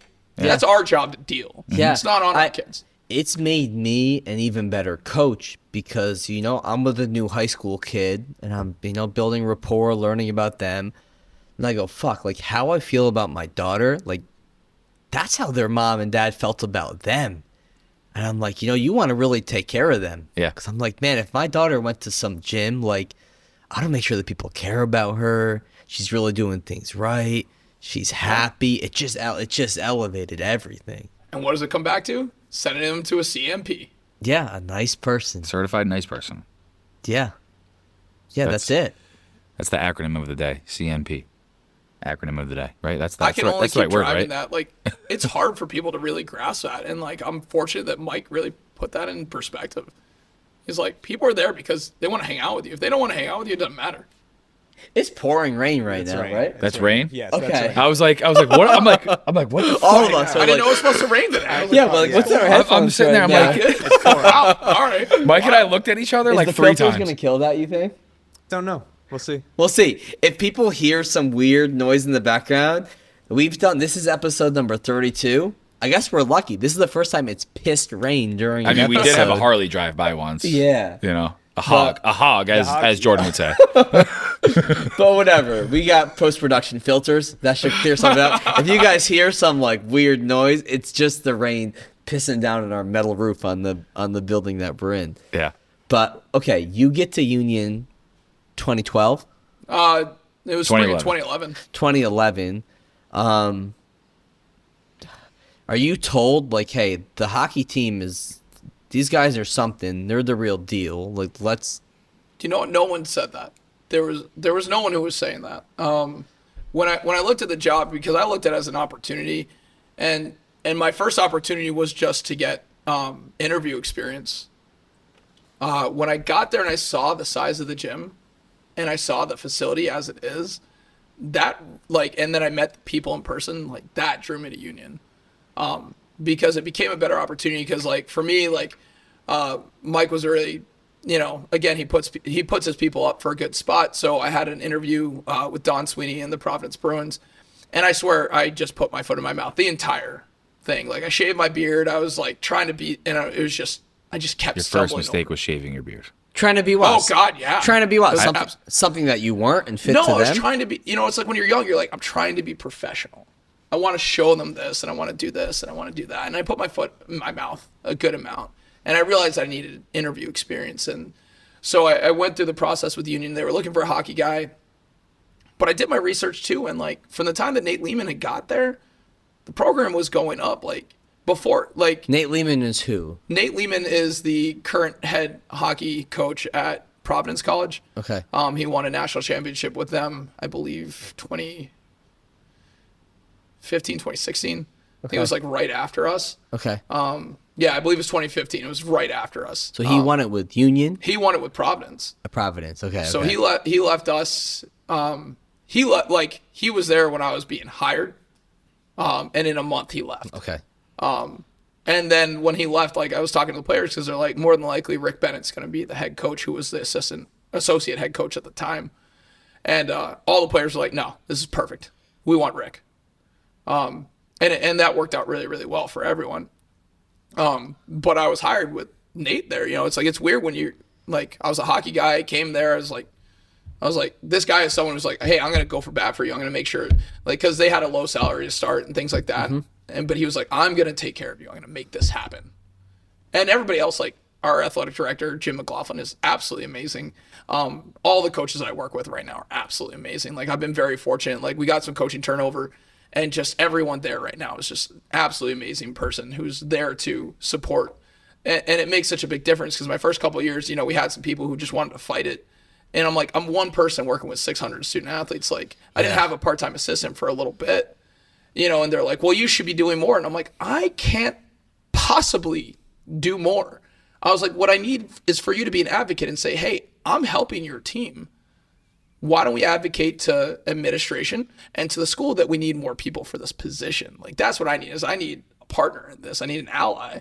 And they're like, no. Like, this team got 3 days. My team should get 3 days. I'm like, well, there's one of me.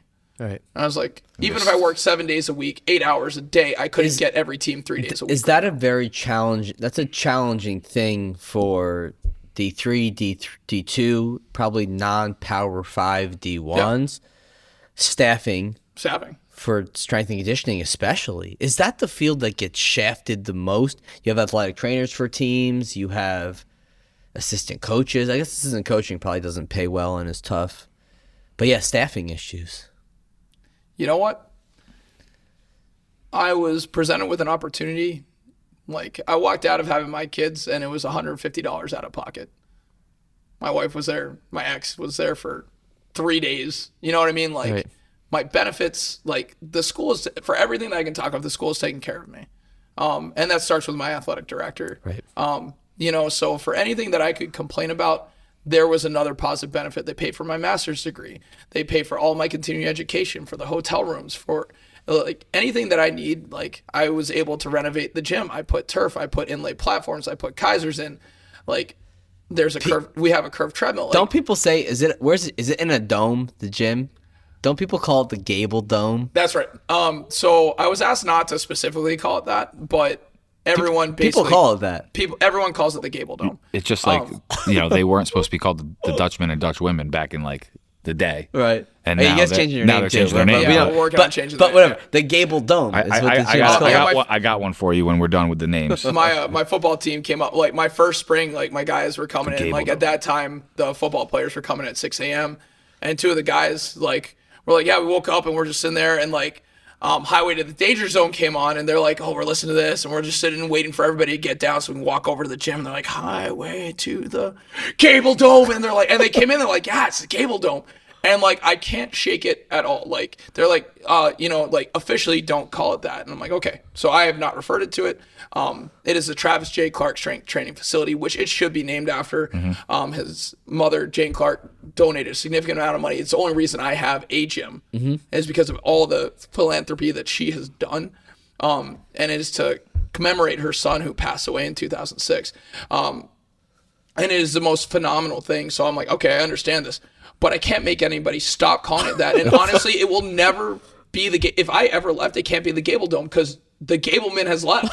Like, you can't call it the Gable Dome anymore. It's not that. So I was like, technically, it's only the Gable Dome because I'm in it. Yeah. Right. But everyone's like, oh yeah, it's the Gable Dome. I like that it came from Danger Zone though. That's fantastic. Jordy, when they came in, they gotta told be in the clips. Wait, what's the a song? Danger Zone. Highway to the Danger Zone. Play it. Yeah, you'll know. You'll know Will I know it? immediately. You'll know immediately. Sorry, Dan, if I don't know. I don't want to disrespect the Gable time Dome. out. They haven't seen. Neither one of them has seen Top Gun, the original. Yeah, we're sheltered in certain ways. This is when I realized that I'm old. I'm like, oh, okay. The No, I'm 40-year-old knows sheltered. this. You're not- I wore a Goose Jay, t-shirt. you know this? And I had it up on my board for like a good 3 years, maybe 4. It was right up until the national championship. That's like, fantastic. That's so. I was like, oh yeah, Gable Dome, and it was like Gable Dome performance training on my sheets. And now it's like, that's like, anytime I do any private work, everything's Gable Dome performance training. Like, it's my handle on Instagram. It's like Gable Dome performance training. Twitter, I think it's just at Gable Dome. Listen, Yeah, I these two fucking love football it. players need to go get some like copyright or something. Make some I money agree. off of this. You get some NLI on that. I agree, but it was genius. This episode of Off Exit 10 is brought to you by Anchor and the all-new Anchor Pro. Crafted to endure the most high-performance workouts without the high cost and space requirements of a standard cable machine. Named the best portable cable machine by Men's Health Home Gym Awards, Anchor provides the full functionality of a cable machine in one small space-saving unit. Designed with user-friendliness in mind, Anchor can simply be attached to any squat rack or placed on any wall in your home gym using its intuitive sliding track mount. With up to 65 pounds of resistance, Anchor is built for high speed and controlled exercises alike. From cable presses and rows to chops and lifts, the Anchor has been a game changer for us here at CDSF, and now you can enjoy the same professional quality cable machine in your own home gym by heading over to anchortraining.com and using code CDSF10 for 10% off your order today. Get all the benefits of a cable machine without the high cost and installation fees. Enjoy the portable luxury and space-saving performance of Anchor today by going to anchortraining.com and using code CDSF10 at checkout. That's anchortraining.com, promo code CDSF10 for 10% off your order today. So talk about how you come in, you start to work, and then into the, when did they win the national championship? 2013 or 14? That was 2014. Yeah, talk about that experience and that progression working with those guys. And when did you realize, like, hey, they got a shot, like, we can make a run right here? If we just talk about the national championship team, honestly, the 2013, we had to win everything out to even make the NCAAs. And when we finished, what ended up happening is that we played BC, which a BU guy, like I was like, fuck, we fucked them. I was 5-1, like absolutely wrecked them and ended their season. And I was like, oh, this is fantastic. And at the time, the NCAA regional, that day was like, the first day was a 5 and a 7 o'clock, and the 5 o'clock went until like 9. So we didn't start until like 10. So we didn't get done until like 12:30. So the next night we played Quinnipiac. And they just reversed it on us. 5-1, just beat us because we went to bed at like 1 o'clock. And then not only that, the games are usually at 7 and our game was at 6. So we went to bed 3 hours later and had to play a game 1 hour earlier. Right. And they were like, oh, we need it. So our whole theme that year was to set the table. And so up in our lobby at the rink, you know, we have an actual table that says set the table, and it has every game win that we had there. But at the end of that year, well, our goalie was amazing. He signed an entry-level contract. He signed a 2-year contract and left. Then we had another guy, Josh Juris, who just won a championship over in Europe, who was one of our leading scorers, also leave. Explain that with hockey, because hockey's different than other sports. I don't want to butcher it, but right, guys are getting drafted or leaving during college. Yeah, not everybody is drafted. So we only have a couple drafted guys. Okay, or signed. If you're by somebody. if you're drafted, team owns you, right? Some guys are going to get signed. Troy Grosnick was our goalie through 2013, and he got us to win the league championship, which is what got us to the NCAAs. Like if we hadn't won that, we would have never made it to NCAAs anyway. But we had a great team. And then right at the end of the season, he was just offered a 2-year contract. That's really hard to get, like a 2-year good contract, two-way. Like it's hard to pass that up. And Troy is an extremely smart kid. He was like, oh, I can come back during the summer. I can finish my degree during the summer and then go and get them to pay for it. So he got in his contract, hey, here's the contract, and they're going to pay for him to finish his degree.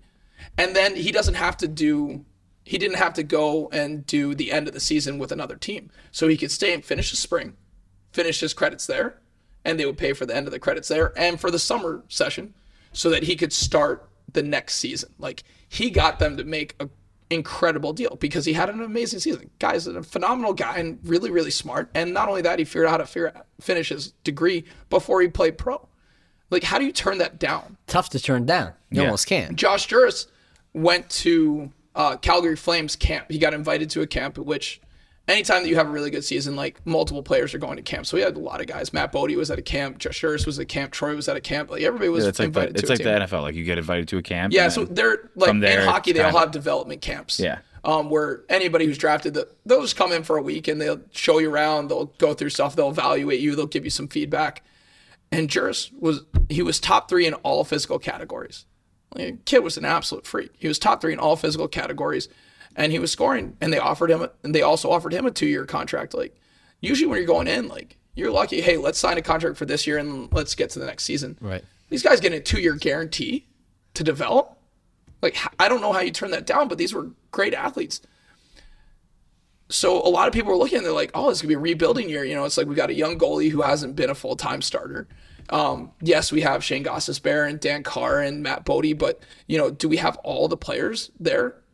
And everyone stepped up. And that class, like Matt Bodie's class, like from the time that they were there, like you can see that meteoric rise with that class. It was just incredible to hold people to a standard and to say, this is how we do things at Union. This is how we're going to operate. And that's really how we got there. And I was just fortunate to work with them. It's like I started there and I had minimal equipment and whatever was in the gym at the time. Like my first spring, we broke every medicine ball that was there within a week. They were gone. It was just like, oh, we have medicine ball. Oh, no, we don't. We had 9 foam rollers. It's like we're using 9 foam rollers. We're using a couple of tennis balls and some lacrosse balls, and we're trying to figure it all out. But we had the right guys on the bus. And then we were fortunate. We had Shane Gostisbehere, we had Matt Bodie, we had Dan Carr, we had Cole Ikla, Sean Stewart. Like there were just so many guys who were invested in being great, and they had a chip on their shoulder to show everyone that, if they possibly got overlooked or they weren't at the place that they thought they might be, like, no, we're great. Because I feel like you usually see it's like a New England team or a Midwest team. Like that's it's always usually... like always a New England or Midwest team. I feel like or Northeast and Midwest team. Yeah. Yeah, and we were fortunate. We struck lightning. Like guys stepped up. Everyone came in. There's so many names I'm probably leaving out: Dan Ciampini, Max Novak, Mike Vecchione, Jeff Taylor, like Eli Lichtenwald, Mike Pontarelli. Like people who just like everyone stepped up that year. Like we struck it at the right place. We were healthy enough, and we had the right amount of talent. We had 4 lines rolling. Sam Cota, like it was an incredible process to be a part of. But as a part of the process, when it comes to success, we're looking at technical, physiological, and psychological. I play a very small part in that physiological side. So I was very fortunate that the guys came in and, for me, like Dan Carr was one of the best leaders I've worked with, along with Nolan Julius White, because here are 2 guys that just demanded that everyone did things the right way. So at the time I was doing functional movement screens on everyone, and I was like, hey, I need this, and this. And then Dan Carr looked at me and was like, who hasn't come in yet? Like, you sent out the message. Who hasn't come in? I was like, oh, I haven't seen these guys. And I saw them within 30 minutes of telling him that. All of a sudden it was like, yeah, I don't know why, but they haven't made it in. They haven't, and they were in. So were these players on the team? Yeah. So he reached out and said, hey, when you have the guys who are not afraid to be in people's faces, because there's a difference between being a teammate and a friend. If you want to be a bunch of friends playing a sport, you'll get mediocre results. Bottom line. But when you're teammates and you expect nothing less than everyone doing things the right way the first time, great things are going to happen. Even if you don't reach the pinnacle, great things happen. Growth happens. The process begins. And those are the guys who just drove that. And it was just absolutely incredible to watch those guys and be a part of it. And guys who bought in, I'm a young coach. Like when I first started there, I was 3 years older than the oldest guy on the team. Yeah. Yeah. And these are guys who are just like, you say it and we're going to get it done, coach. We're a lot of the guys on that team, because if they won in 2014, so were a lot of those guys on the team freshmen when you got there? Yeah, they were ending their freshman year. So Matt Bodie was a freshman rising to a sophomore. So Dan Carr, Matt Hatch, Cole Ikla. Because what I'm thinking in that sense is because you said like obviously the one coach left, the other coach that they wanted took over. So his processes got put in place. Your processes got put in place. I'm sure other processes along the other modalities that we're talking about amongst the team got put in place, and that's what ultimately like helped them. Like you have the dogs in place too. Correct. On the team that are willing to accept those processes and implement them with the rest of the guys on the team.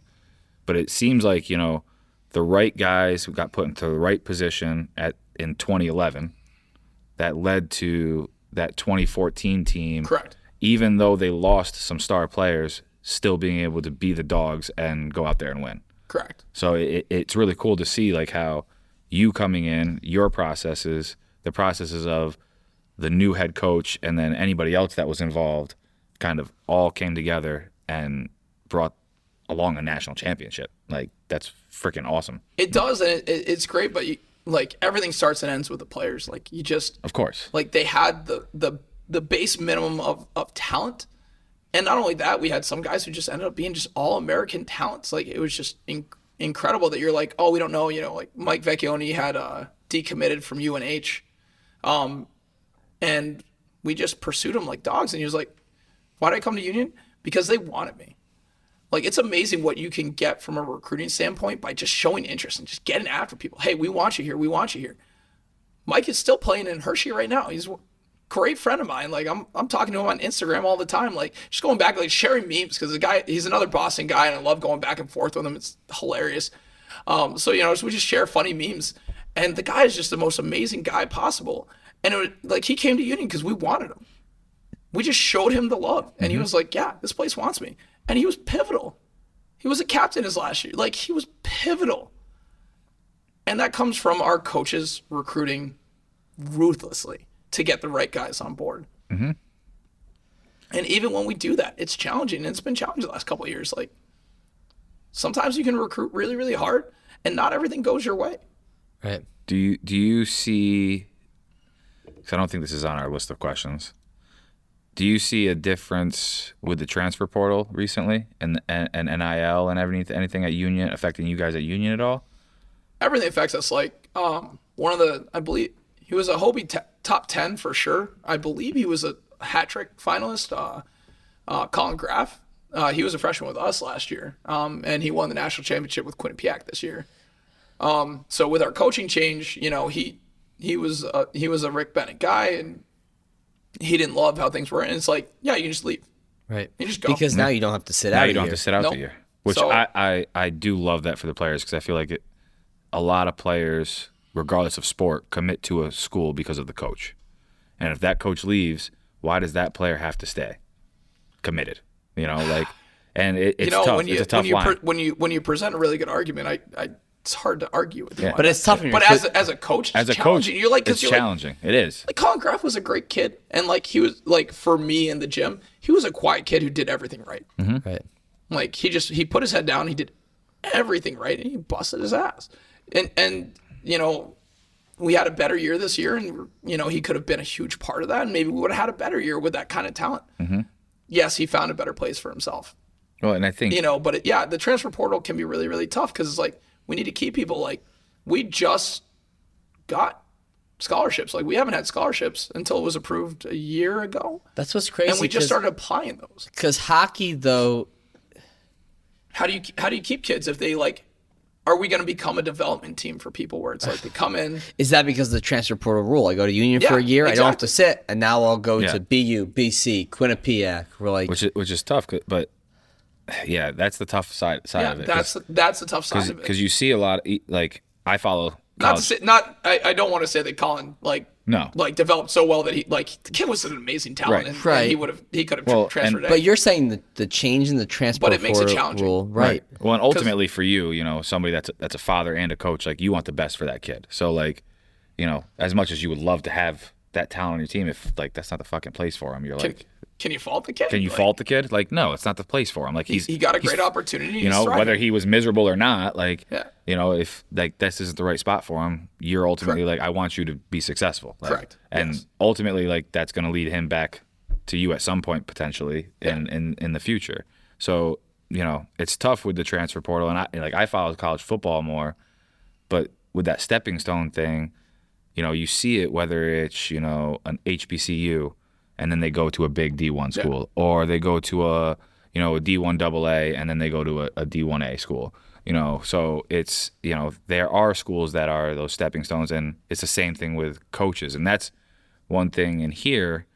I try to explain to some of the kids in here is like a D3 coach, like their goal isn't to be a D3. Most of them, their goal is to move up to D2, D1, and continue their career. So that coach that might be the best coach in D3 at lacrosse, they could be at Syracuse next year or whatever school that needs a D1 coach. And that's the tough thing with D3 is, I feel like the turnover of coaches is higher because coaches are trying to move up. Yeah. How does hockey work? Because Union's D3 and everything, and then D1 in hockey. Yeah, that's weird. How does that work? What do you mean?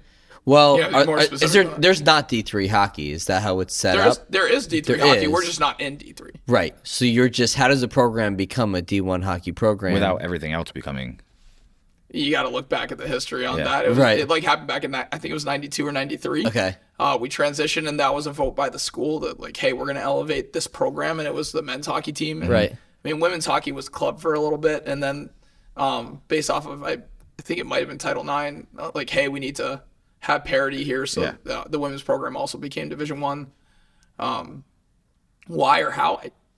I don't know, because we were a powerhouse in division. I think we were Division Because Three. I know when I was at Cortland, there was multiple sports like men's and women's lacrosse, baseball, softball, and soccer were like the sports they were contemplating moving up from Division Three. It never happened, money wise and everything like that. It's extremely hard. Like, it is a lot of money. Yeah, and to then move someone up D1. right. Because it's the salaries of all the coaches too. Salaries of the good point. coaches, Everything like scholarships. That's why they didn't want to do football, because football you get 85 freaking scholarships for. Other sports, baseball and softball, it's like 11, 12 scholarships. So there's less money in it. So that's why I know, like, Cortland, when I was there, they would talk about it because they were dominating at the D3 level when I was there. Dominating. And they're still one of the better schools in a lot of sports, but, like, they had talked about that, but then it never ultimately happened. So for me, I was just wondering, like, if you knew any of that stuff. Obviously you don't, but I'm not an administrator. Right? you're like, dude, I work at the Gable Dome. Yeah, pretty much. Yeah. I'm in the Gable Dome for 14 hours, and that's it. But sometimes it's nice. Like, my bosses recognize what I do. Like, again, I can't give more credit to Jim McLaughlin. Like, the amount of work and praise that I have to give him. Like, the guy works tirelessly. I remember I was, it's like, for me, I need to do extra work. So I was doing personal training, and one of my clients wanted to do Thanksgiving morning. I was like, well, I can come in at 6 a.m. Like, that's not a big deal. And I get in at 6 a.m. and it's 2019, so it's the year that we won. We went 10-0 in season and won the league championship and made NCAAs. And I'm sitting there and I'm finishing up with my client, and there's our athletic director, and he's bringing in the bagels for the football team. He's bringing in the muffins. He's bringing in every bar known to man, and he's setting up all the breakfast because he was like, everyone else, all the staff for football, like, go do Thanksgiving. Like, this is Thanksgiving. Like, go be with your family. Like, I've got your back. I will get everything. I will go to Market 32. I will pick everything up. I will drop it off. I will take care of the athletes. I will get everything set up. I will get it cleaned up. Like, he did everything. Like, he takes care of his staff and the people around him better than I've seen it. Like, if there's any reason that I've stayed at Union longer than anything else, it's working for him, because there's no better leader. There's not anyone who does anything better than lead by example, and I will take care of you, than Jim McLaughlin. Like, the guy is an absolute legend. Yeah, that's great. It's like, to be able to, you put in extra hours and more mental work and stress. It's like, the leadership needs to be good and give a shit about you to make that worthwhile. And I think finding a good, you as an athlete or a strength coach, you go look for the big school or whatever, right?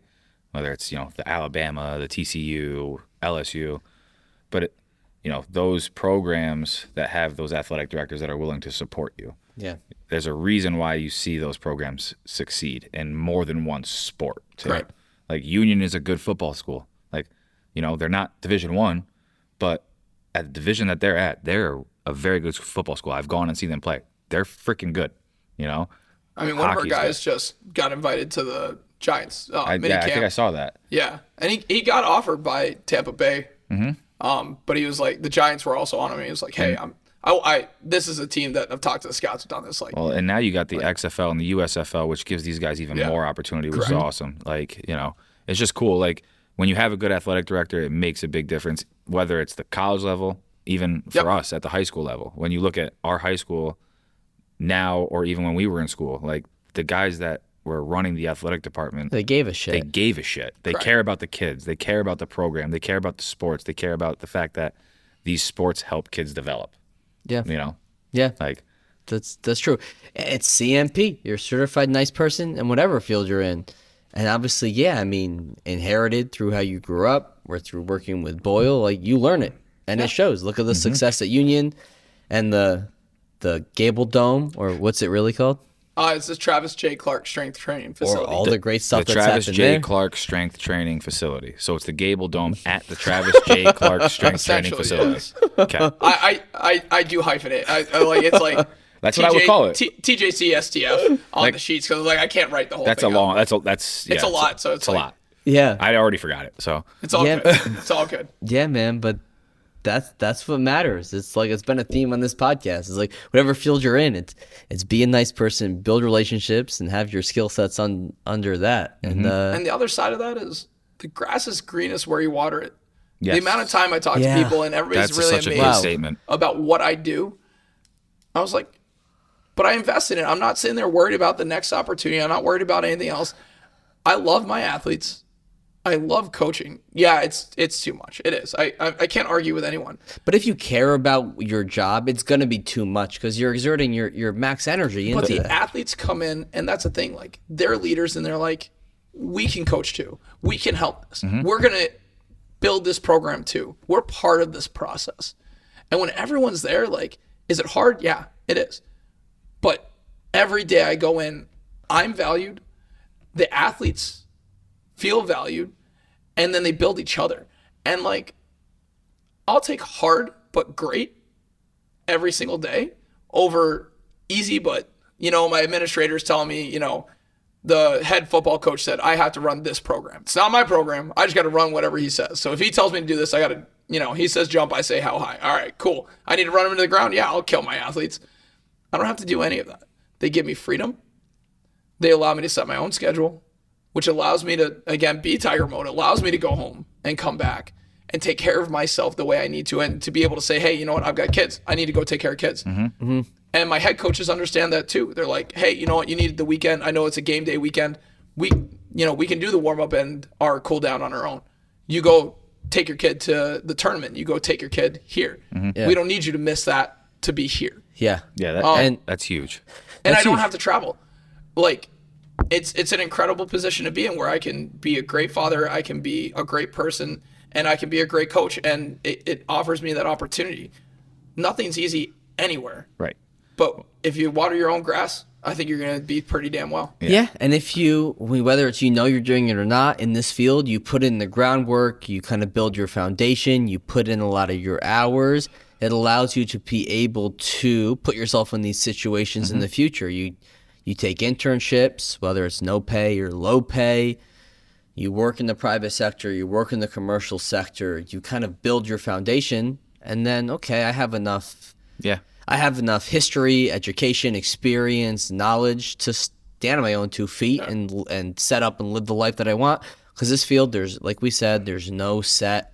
These are the steps. This is the career you're gonna have. Yeah. You have to build it for yourself. All three of us went through different paths, and we've all obviously come to this position that we're in now. Like, so It's amazing how similar our thought process is coming from 3 different paths. Right. Like, because once you move past the method process, like I have to use the TRX, I have to do the 5-3-1 method, I have to do powerlifting. because we all go through that like all in method on like one specific thing. Yeah. And like for me, when I teach my interns, I'm like, look, I don't care how you do it. Here are the principles. And like I go back to Alan Cosgrove too, because he did such a great job educating me. He's like, methods are many, principles are few. Methods change, principles never do. If you're principle based, and like I said before, like you're doing back squats with someone who's 80 and they're great, you win. But maybe I'm not skilled at that, so my clients don't get that kind of result. So I don't do that exercise. That doesn't make you wrong. Are my athletes thriving and my clients thriving? Are yours. Right. If they're thriving, they're not in pain, and they're loving what they're doing, we both win. Yes. Then Absolutely. everyone wins. Yeah. Yes, that's it in this field. This field's a lot of young guys who are meats, and you have egos. And it's black and white. And it's black and this white. This is the only way to do things. And if you don't drop that, the sooner you drop the black and white and the egos, the quicker you're going to start to actually be happy. Because I bet if you have an And be ego and you're black and successful. white, I bet you're probably not happy and you're probably not successful. So Yeah. drop them. Because you're trying to prove something. Yeah. You're trying to prove that, like, hey, if I just write this way, and I read this article that said that if I do 4 sets of 10 at 75% and they warmed up to this, they're going to get this exact result. Like, yeah, that person's going to fail. Yeah. Yeah. It's just going to fail. Well, and this thought popped in my head before and this is sidetracking back to something you guys both said like 2.5 minutes ago.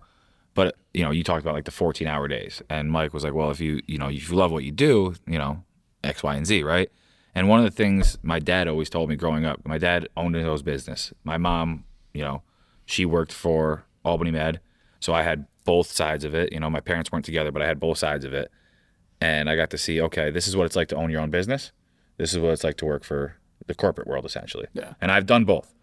And I always, like, in my heart of heart, I always wanted to be like my own business type thing. That's why I love the personal training thing. And that's what's nice of union giving you freedom, though. That's what and I was it's gonna like say. your thing, because like the type of personality that I feel like we have, you got to end up. You have your end place has to be somewhere where you have freedom and it's you. Yes. Correct. And that's what I love about here.